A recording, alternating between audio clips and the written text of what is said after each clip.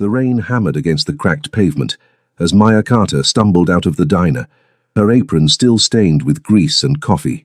Her hands trembled, not from the cold November wind cutting through her thin jacket, but from the eviction notice crumpled in her pocket. 72 hours. That's all she had left before she and her grandmother would be on the streets. She pressed her back against the brick wall of the alley, tears mixing with rain on her dark brown skin. Her natural curls were plastered to her face as she tilted her head toward the grey sky. "Please," she whispered, her voice breaking. "I'm so tired. I don't know what else to do. Please, just help me." She didn't see the black Mercedes idling at the alley's entrance, didn't notice the man in the back seat who had lowered his window just enough to hear her desperate prayer. Han Kang-dae watched her with dark, intense eyes, his jaw tightening as something unfamiliar stirred in his chest, something he hadn't felt in the 15 years since he'd taken over his father's organization. "Sir?" his driver questioned.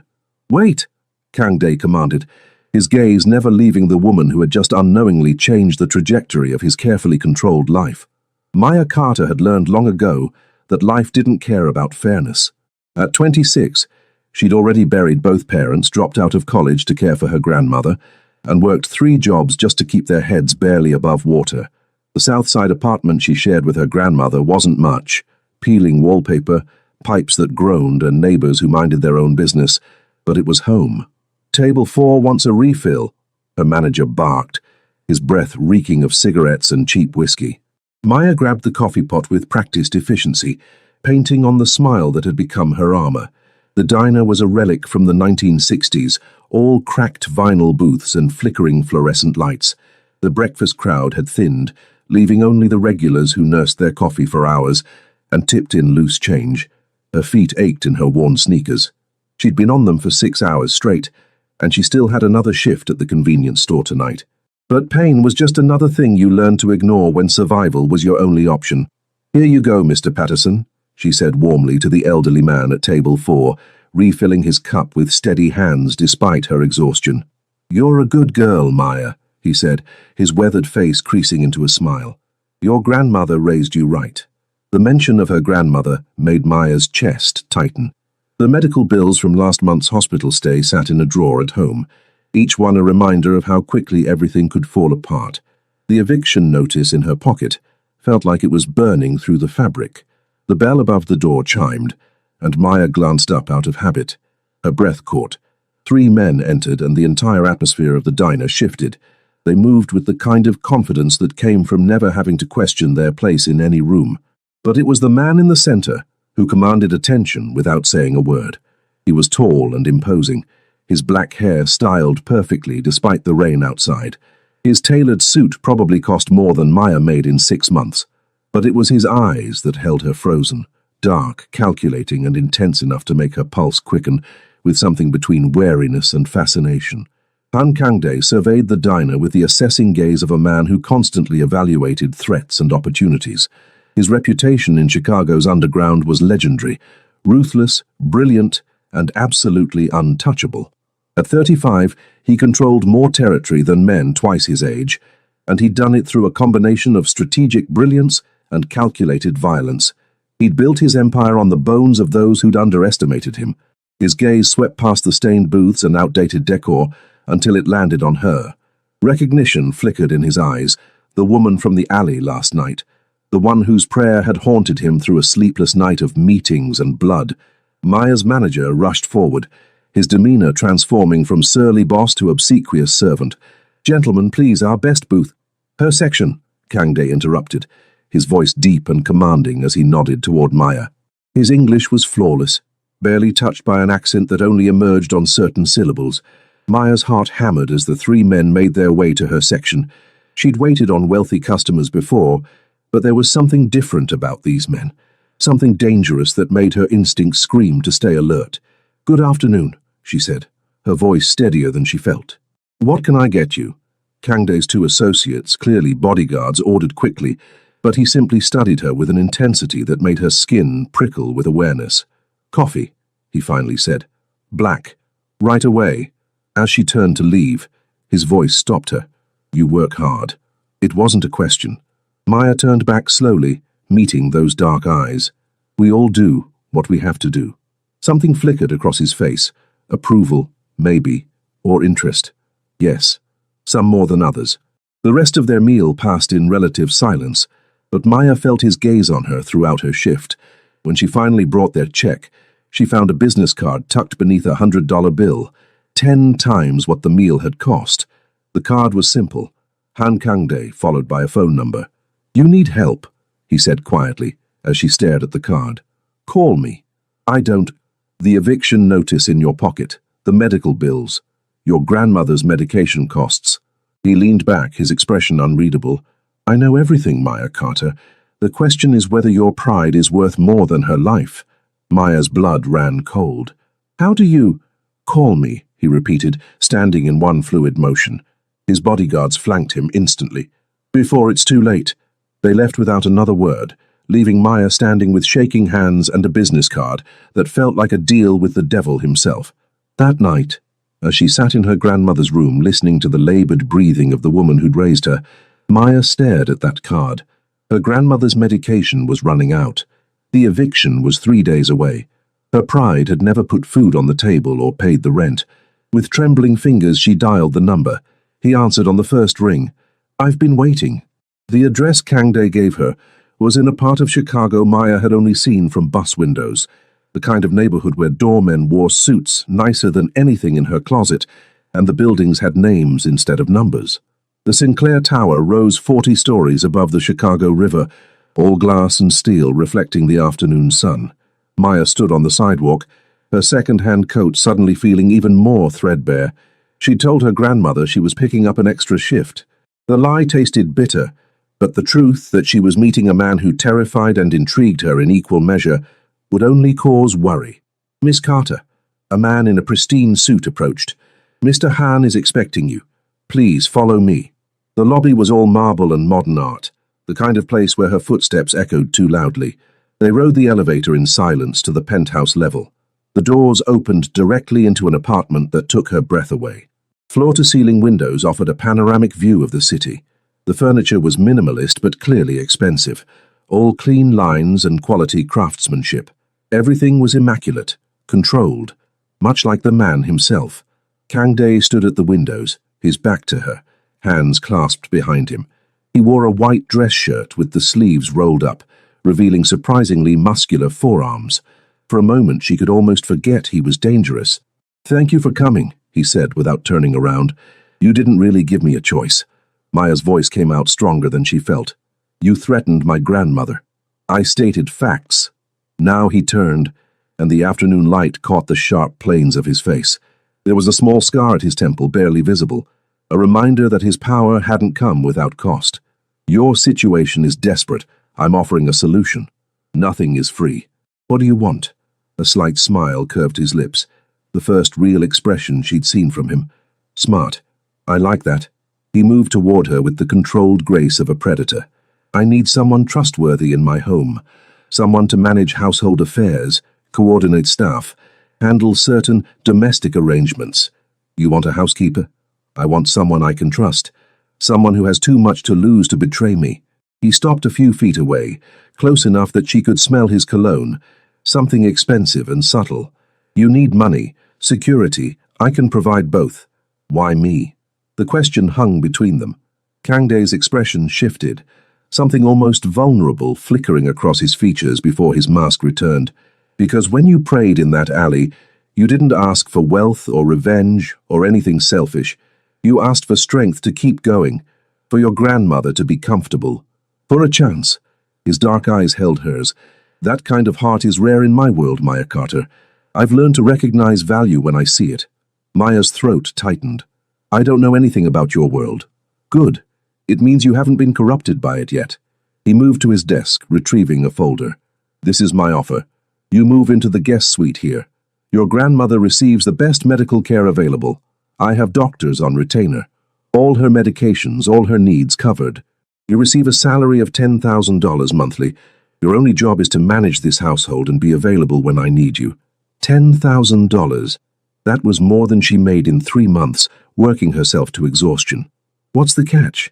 You live here, you're available when I need you, and you tell no one about my business." His gaze intensified.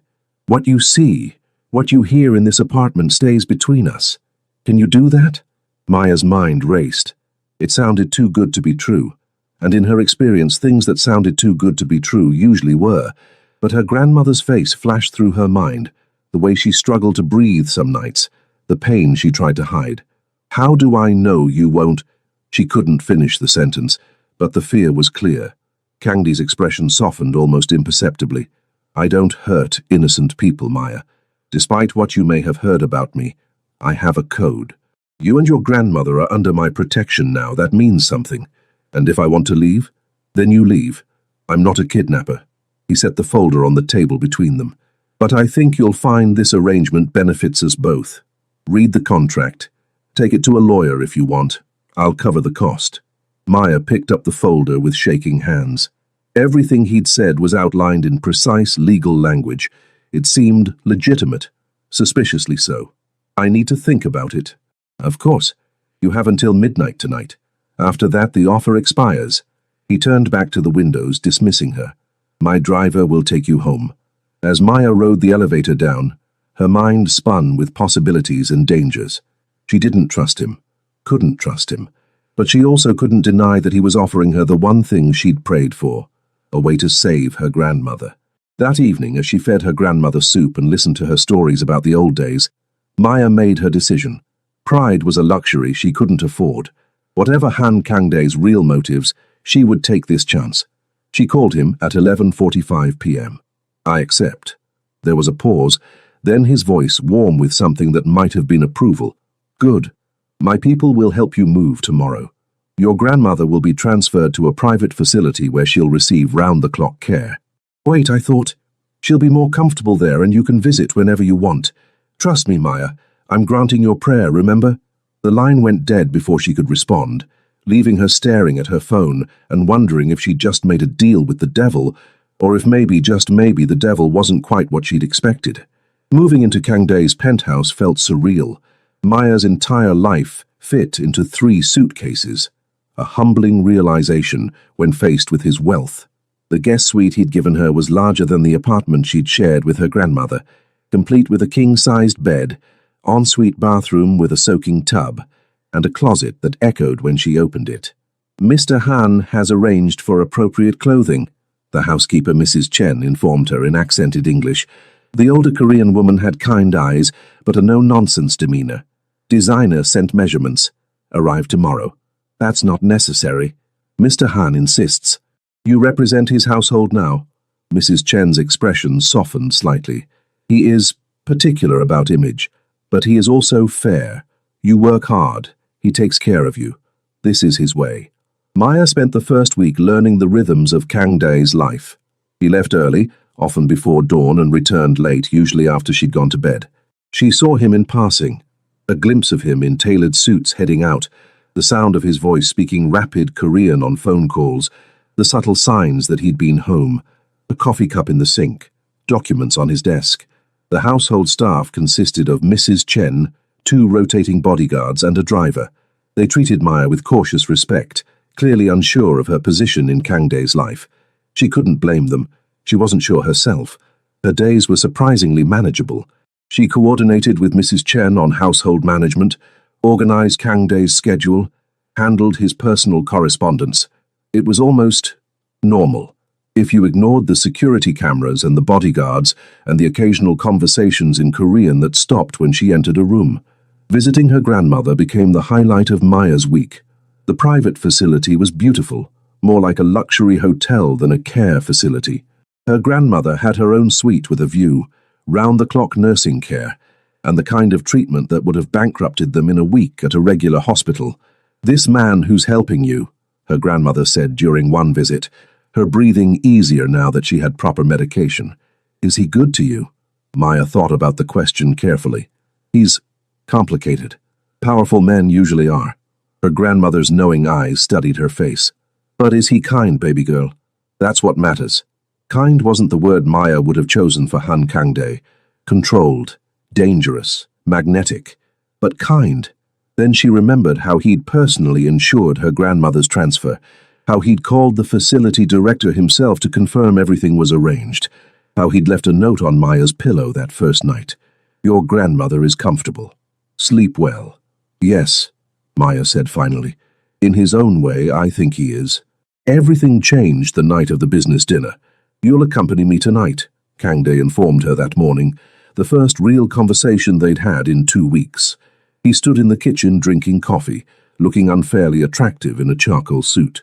I need someone I trust present. I don't understand, I'm not... These are important business associates. Having a woman present makes it seem less formal, less threatening. His dark eyes met hers. Can you handle that?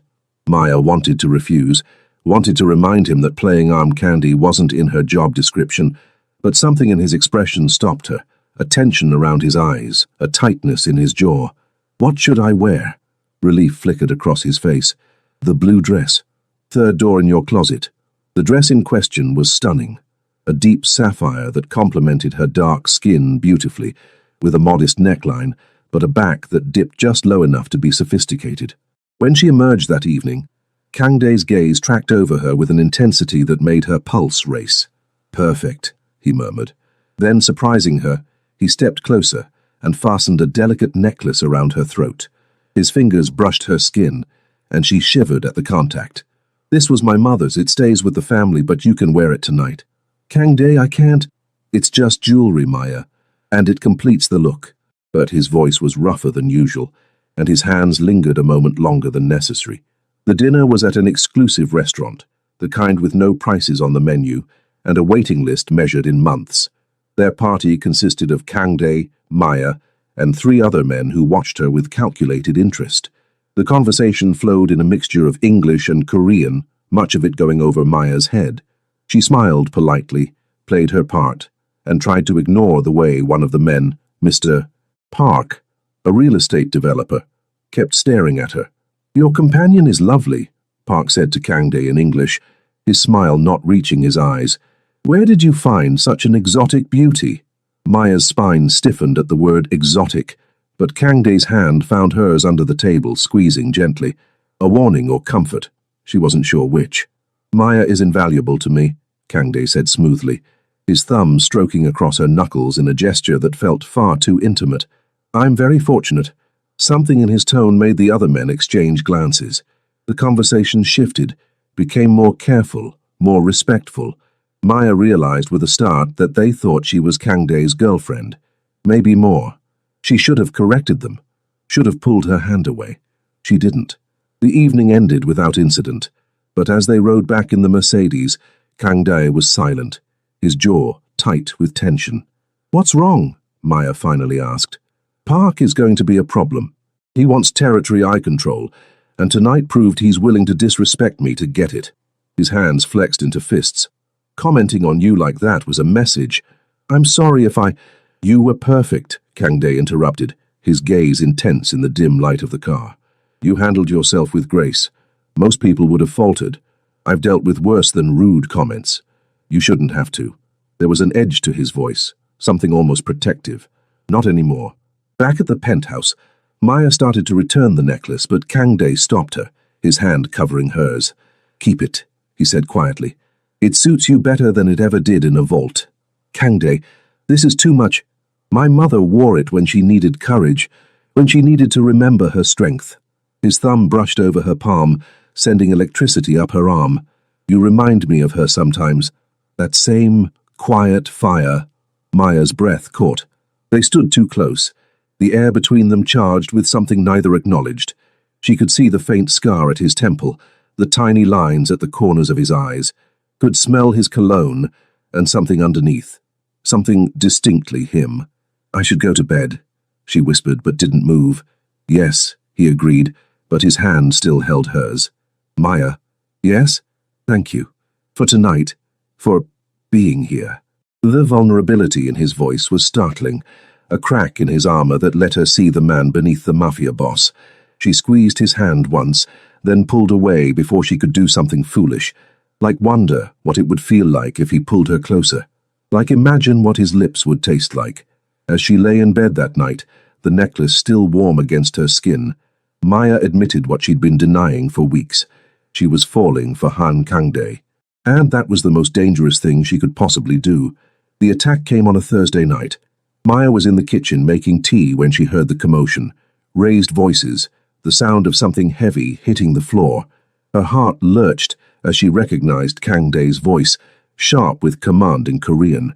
She should have stayed where she was, should have locked herself in her room like Mrs. Chen was frantically whispering for her to do. Instead, she crept toward the living room, her pulse thundering in her ears. 3 men had somehow gotten past security. One of Kang Dae's bodyguards lay unconscious, or worse, near the door. The other was locked in combat with an intruder, and Kang Dae himself faced off against a man she recognized from the restaurant, Park.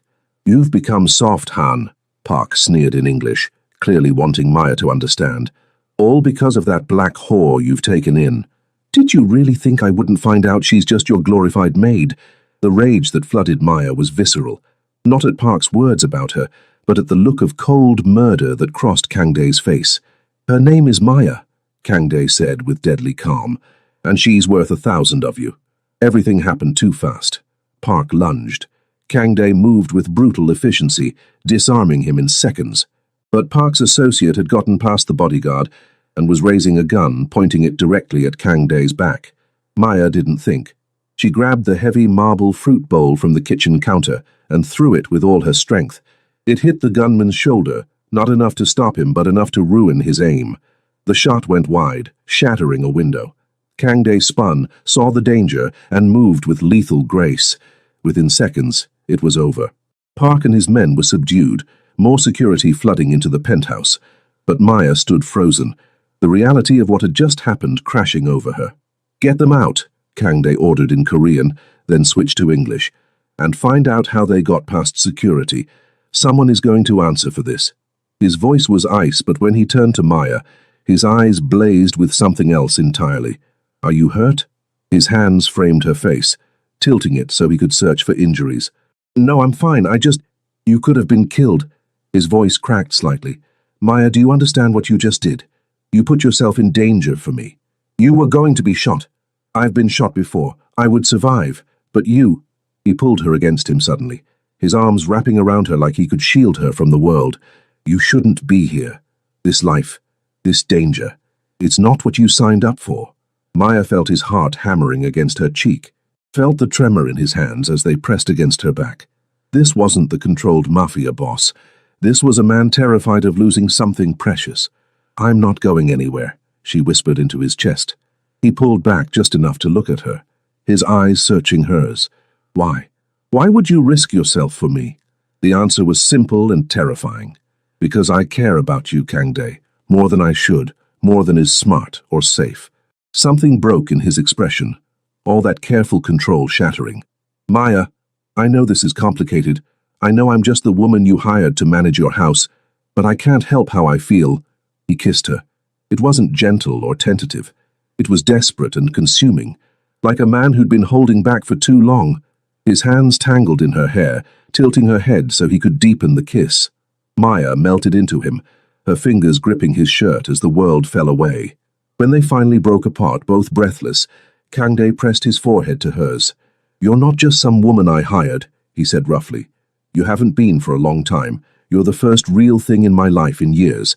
The first person who looks at me and sees more than power or danger or opportunity." "What do I see?" "A man who wants to be worthy of you." His thumb traced her bottom lip. "A man who's falling in love with you and has no idea how to protect you from his world." Maya's heart soared even as fear gripped her. "I don't need protection from you. I need you to trust me, to let me choose to be here. Even knowing what I am, what I do, I see who you are when you check on my grandmother, when you remember Mrs. Chen's birthday, when you think no one is watching." She cupped his face, feeling the tension in his jaw. "You're not just the mafia boss, Kang Dae. You're also the man who heard my prayer." He kissed her again, softer this time, but no less intense. When he pulled back, his expression was troubled. "There's something you need to know about tonight, about Park." He took her hand, leading her to sit on the couch. "He came here to hurt you, Maya, to send me a message by taking away something I care about. That's how this world works. The people you love become your greatest weakness. So what do we do? I end this. Tomorrow I'm going to make it very clear that you're under my protection, that anyone who touches you answers to me." His grip tightened. "But I need to know you can handle what that means. The attention, the danger, the reality of being connected to me. Maya thought of her grandmother, safe and cared for. Thought of the weeks she'd spent in this apartment, learning the man behind the reputation. Thought of the way her heart raced every time he entered a room. "I'm already connected to you," she said simply. "The question is whether you're ready to let someone in. Really in." Kangdae studied her for a long moment, then pulled out his phone. He made a call in rapid Korean, his tone commanding. When he hung up, he looked at Maya with an intensity that made her shiver. "I just called a meeting with the heads of every organization in Chicago. Tomorrow I'm going to make it known that you're mine. That means you'll be a target, Maya, but it also means you'll be untouchable." He paused. "There's no going back from this." "Then let's not go back." He kissed her again, and this time there was promise in it. A future neither of them had dared to imagine. When he pulled back, his expression was fierce. "You saved my life tonight. You saved mine weeks ago, in that alley. Then we're even." A slight smile curved his lips. The first genuine one she'd seen. Or maybe we're just getting started. That night, Maya lay awake in her room, her lips still tingling from his kisses, her heart full of equal parts hope and fear. She'd crossed a line tonight, stepped fully into Kangdae's world, and she had no intention of ever stepping back out. The meeting was held in a private room at one of Kangdae's establishments, a restaurant that served as a front for much more interesting business. Maya wore the sapphire dress again, Kangdae's mother's necklace at her throat. A statement. "You don't have to come," Kangdae had said that morning, giving her one last out. "Yes, I do." Now, standing beside him as he faced down the most dangerous men in Chicago, Maya understood the true weight of his world. These weren't businessmen in the traditional sense. These were wolves, and they could smell weakness. Kangdae's hand rested possessively on the small of her back as he addressed the room in English, a courtesy, Maya realized, so she could understand every word. "Gentlemen, I've called you here to make one thing abundantly clear." His voice carried absolute authority. "The woman standing beside me is under my protection. Her name is Maya Carter, and she is mine. Anyone who threatens her, insults her, or even looks at her wrong answers directly to me." One of the men, someone Maya didn't recognize, spoke up. "With all respect, Han, making your personal attachments known makes you vulnerable." "On the contrary," Kangdae's smile was dangerous. "It makes me motivated. Touch her, and I will burn your organization to the ground. Threaten her, and I will end you and everyone you love. This isn't weakness, Kim, this is me drawing a line." The tension in the room was palpable. Maya felt all eyes on her, assessing, calculating. Then, surprisingly, an older Korean man at the far end of the table nodded. "A man who has something worth protecting fights harder," he said in heavily accented English. "I respect this, Han. Your woman is safe from the Lee organization." One by one, the others voiced their agreement. All except Park, whose jaw was still bruised from last night. "And what happens when she becomes a liability?" Park challenged. "When your enemies use her against you?" Kangdae's expression turned deadly cold. "Then I remind them why they fear me in the first place." He looked directly at Park. "You tried last night. You failed. Don't make me demonstrate what happens to those who fail twice." Park paled. The message was clear. He'd been allowed to live as a warning to others. That mercy wouldn't extend to a second attempt. "Now," Kangdae continued, his tone lighter but no less commanding, "we have other business to discuss. Maya, you can wait in my office if you prefer." But Maya shook her head. "I'm staying." Surprise flickered across several faces. Kangdae's hand squeezed her back once. Pride or approval, she thought. "Then stay," he said softly. "Only for her. But if anything makes you uncomfortable, you leave." "Understood." She nodded, and for the next hour she stood beside him as he conducted business. Some of it she understood, some went over her head. But what she comprehended clearly was the respect he commanded, the careful balance of power and diplomacy he wielded like a weapon. This was his world, and he was offering to let her into it. After the meeting, as they rode back to the penthouse, Kangdae was quiet. Finally, he spoke. "You impressed them today. That takes courage." "I was terrified." "That's what courage is. Being terrified and doing it anyway." He took her hand, lacing their fingers together. "Maya, I need to know you understand what you're getting into.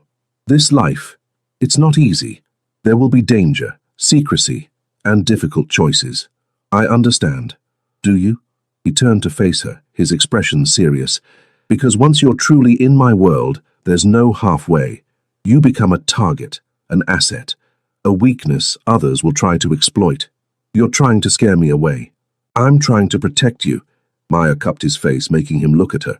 Then protect me by being honest, by letting me choose, by trusting that I know what I want. And what do you want? You, she said simply. All of you. The mafia boss and the man who checks on my grandmother. The dangerous criminal and the person who leaves me notes on my pillow.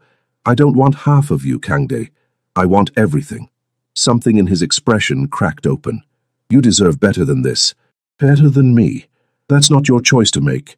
He pulled her into his lap, cradling her face in his hands. Maya Carter, you walked into my life with a prayer and turned everything upside down. You make me want to be better, to build something beyond just power and territory. Then build it with me. It won't be easy. Nothing worth having ever is. He kissed her then, deep and claiming, and Maya felt the last walls between them crumble. When they broke apart, he pressed his forehead to hers. Marry me, he said suddenly. Maya's heart stopped. What? Not today, not tomorrow, but soon. Marry me and let me spend the rest of my life being worthy of you. His thumb brushed her cheek. Let me give you everything you deserve. Let me be the answer to that prayer you made in the alley. Kangde, I know it's fast. I know it's insane.